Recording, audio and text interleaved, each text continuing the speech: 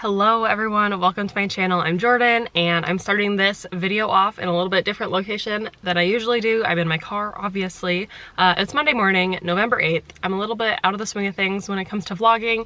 It's been about 6 weeks since I did my last reading vlog, but I have books to read and things to do and I want to film it. So we're gonna go ahead and get this vlog started this morning. It's a little bit of a weird week. Typically I work Monday to Friday, 8 to 5. Later this week, actually Thursday and Friday, I will be out of town. We are going to New York City. So I thought this would just be a fun vlog to share. I am going to theme it as a nonfiction November vlog because I've got some nonfiction books on my TBR that I want to knock out. And so I'm just going to do it all in one go. The 3 books that I have to read this week. The first one is called 3 Women by Lisa Tadeo. I don't actually know how to pronounce that last name, but this is a nonfiction book about 3 different women and their experiences with like sexuality from what I remember. It's been a while since I obtained this book.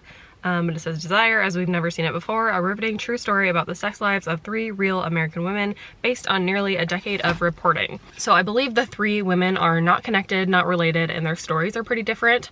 Why I'm interested in this book is actually because one of the stories in this book is about a woman who is from my hometown and her alleged affair with a teacher at the high school that I went to and a teacher that I had. I do have more thoughts and more to say about that situation, but I think I'm gonna hold off until I read this and have, you know, both sides of the story. The second book is a little bit different. It's Super Freakonomics by Stephen D. Levitt and Stephen J. Dubner. This is the second Freakonomics book. If you're not familiar with Freakonomics, it's basically like interesting economic information, which I know if you haven't read it or heard of it before, you're like, that doesn't sound interesting at all. But it basically takes interesting facts about the world and explains them to you in interesting ways. So like the examples on the back of the book say, what's more dangerous, drunk driving or walking drunk? What's the best way to catch a terrorist? And can a sex change boost your salary? So a lot of the stories go against what you would assume to be true, and so it's just very interesting. I enjoyed the first book and this is the second. And then the last book that I have to read is, again, a pretty different book. It's called How to Resist Amazon and Why by Danny Kane. And this is interesting because I actually work for Amazon. I work at a fulfillment center, and it's actually because of that that I'm interested in reading this book. I think it's perfectly valid to work for a company and realize that there are valid criticisms to that company. I don't think any company is necessarily perfect, especially not like major corporations. So I'm interested in reading this book and again gaining that perspective. If anything, I think it's good for Amazon employees to read books like this and to know what criticisms are out there and to hopefully do anything in our power to help correct those going forward. And this is a super tiny book. Like, I don't know if you can tell how easily it fits in my hand, but it's also very short, like 115-ish pages, so this will definitely be one to fly through, but I've been putting it off for a while again, so I'm gonna go ahead and knock it out. So those are the 3 books that I'm gonna be reading for the next week. Like I mentioned, I am going on a trip to New York, so I'm gonna include some New York footage as well. I think 3 books will be manageable, so let's go ahead and get the week started, and I will let you know when I have an update for one of the books once I get into them.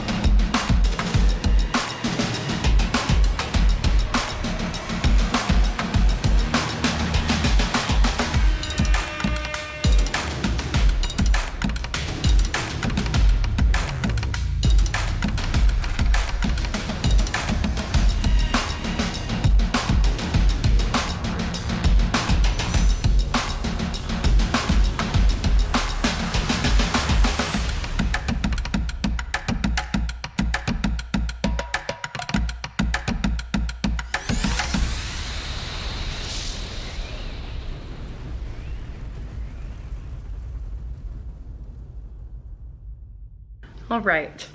So this vlog has not gone according to plan. Nothing in my life is going according to plan right now, so I shouldn't be that surprised. All good things, everything's fine, but my job is really busy right now. My 2 young children are very busy right now, so I'm just finding myself with a lot less like planning and organization time for myself, which is leading to like my hobbies suffering a little bit. And it's okay, it's the phase of life I'm in right now, but hopefully you guys understand and can bear with me. And I hate disclaimers like this in other people's videos, so I don't want to go on a tangent too much, but I did want to address before I get into the book stuff that yes, I realize this vlog is not really a reading vlog at all, but I did finish all 3 books eventually. Did I give you any updates about them along the way? No. But first, what I did show you, New York City, I had a blast. Thank you for asking. It was a really fun trip. My husband and I had gone to New York City only 2 years ago. So in that trip, we did a lot of the touristy stuff, like going to the top of tall buildings and seeing like every attraction, like spending time in Brooklyn, going to Coney Island, going to Times Square and Central Park, and over to Chelsea and the High Line, and like all the things. We did all the things in that trip. So this trip was a lot more relaxed, and we got to just do the things that we really wanted to do, which for us were the Broadway shows and just a few of our favorite like locations and things, like the Brooklyn Bridge. We saw Hamilton, which was actually the whole reason we went on this trip. We got tickets for Hamilton and planned the trip around it, and it was amazing. As someone who really loves the Disney Plus version, I thought the onstage version was absolutely as good as, if not better than, that version. So that was really great that that lived up to, you know, expectations. And then we also saw The Lion King, which was good. I think it would be better with like kids, probably not kids as young as mine, but like kids that can watch and you know, appreciate the show. I think it was really geared towards them. And then we saw the Rockettes Christmas special, which was actually better than I was anticipating. I went in with kind of no expectations, but I thought it was really good and impressive. So that was good and fun. But let's get to the books. So the first book I actually did finish before we left for New York, but I never got to film an update, and that's How to Resist Amazon and Why by Danny Kane. So I work for Amazon. I work in an Amazon fulfillment center. I've only worked for Amazon for about a year, so I don't know everything about the company, obviously, and I really only know the fulfillment center side of it or piece of it, which is definitely a piece that people have their criticisms about, you know, Amazon and the way they treat their hourly workers, things like that. So I knew that some of that was probably going to come up in this book. I found it interesting how many things about Amazon this book kind of tried to attack. This author, Danny Kane, is the owner of the Raven bookstore, which is in, I think it was Kansas? Yes, Kansas. So obviously he has an interest in independent bookstores and the way that Amazon has kind of put those businesses not necessarily out of business, but made it harder for them to, you know, succeed with the ease of ordering online and the really cheap prices that Amazon has. That direct piece of it is the part that I was the most interested in and that I found the most credible, because obviously that's the industry that this guy is in. That's the piece that he lives every day. And so when he's talking about how Amazon can sell books for a loss in order to get people to shop on their site and buy other things, I understand that, and I feel for indie bookstores for that reason. And I do feel like that piece of this book was insightful. However, I think that that could have been like an article and didn't need an entire book, because the rest of the book I didn't find as insightful. And I want to go into this saying that obviously I'm biased as an employee for Amazon, but I picked this book up because I realized that Amazon is not perfect. I want to know people's criticisms of the company so that I can further form my own opinions, so that I can potentially do my part in reversing some of those criticisms, or, you know, helping in whatever way I can. And this book just attacked a lot. So the first piece that I would talk on is the fulfillment center piece, or the warehouse piece, where this guy does talk about like working conditions for Amazon employees. And he says a lot of the stuff that a lot of people say, like Amazon employees don't get breaks, or they get very little breaks, or they work in unsafe environments and they have to work a lot of hours. All of that is true in some instances. I would say that a lot of that is true for any warehouse or manufacturing type job. Before Amazon, I worked for 3M, which is a manufacturing company, and I worked in a lot of different manufacturing plants, which are also dangerous or can be dangerous if the proper safety measures are not followed. And I wanted to call out some specific, I guess, things in here that I would have rebuttals for, or that I would just say to like think a little bit harder than just the headline that they're saying. The part about breaks, hourly employees do get breaks. Their jobs are very strenuous. Most Amazon employees are on their feet all day, every day, 10 hours a day. I don't think anybody is denying that it's a lot of work. Within those shifts, people are allowed the breaks that are mandated by law. And Amazon has hard limits in place where no employee can work more than 12 hours in a single day, more than 60 hours in a week, or more than 6 days in a row. And all of those are like hard limits. Even when people are on overtime, even when we're in peak season, if somebody is at risk of being on site more than 12 hours, their manager will come get them and tell them to leave the building. And I know for a fact that is not the case for other workplaces, so just food for thought while I'm saying that working at Amazon is definitely not easy with those long hours and hard physical workloads. Think of like bartenders, waiters, waitresses, retail workers, and other warehouse or manufacturing plant type jobs comparable. One other piece of that I thought was interesting was this author called out the fact that Amazon has vending machines of medication on the floors. He framed it as because the workers are getting hurt so often that they're needing medication like a couple feet away, so they don't have to walk to like the wellness center or to a doctor or whatever. They can just like treat their injury and keep on going. This is true. Amazon does have vending machines of medication on the floor for employees to access, but it is free, which the book does not say. And it's kind of one of those things that like you can either twist it as a bad thing or twist it as a good thing. Like if employees are needing these medications anyway, if they want like some Tylenol or ibuprofen, they can just get it for free a couple feet away from their workstation instead of going to the wellness center or having to bring their own from home, anything like that. So I don't know, I feel like that's something that you can either twist it as a good thing or twist it as a bad thing, but you are an intelligent person, so make up your own opinion on that. All right, this is getting long-winded. Another thing that this book kind of tries to attack is like data privacy and just the data that Amazon is collecting as a whole. I don't know, I just feel like that's not really relevant to what this book is trying to do. Again, while it may be true, you know, having your device, which I'm not going to say the name, or the Google version, yes, clearly they're always listening for you to say that keyword so then it knows to keep listening and answer your question or whatever. I don't know what's being done with that data. I'm not the authority of speaking on that. I just am also wondering what gives this author the authority to speak on that. So I don't know. I have more thoughts, actually a lot of thoughts for like a 100-page book.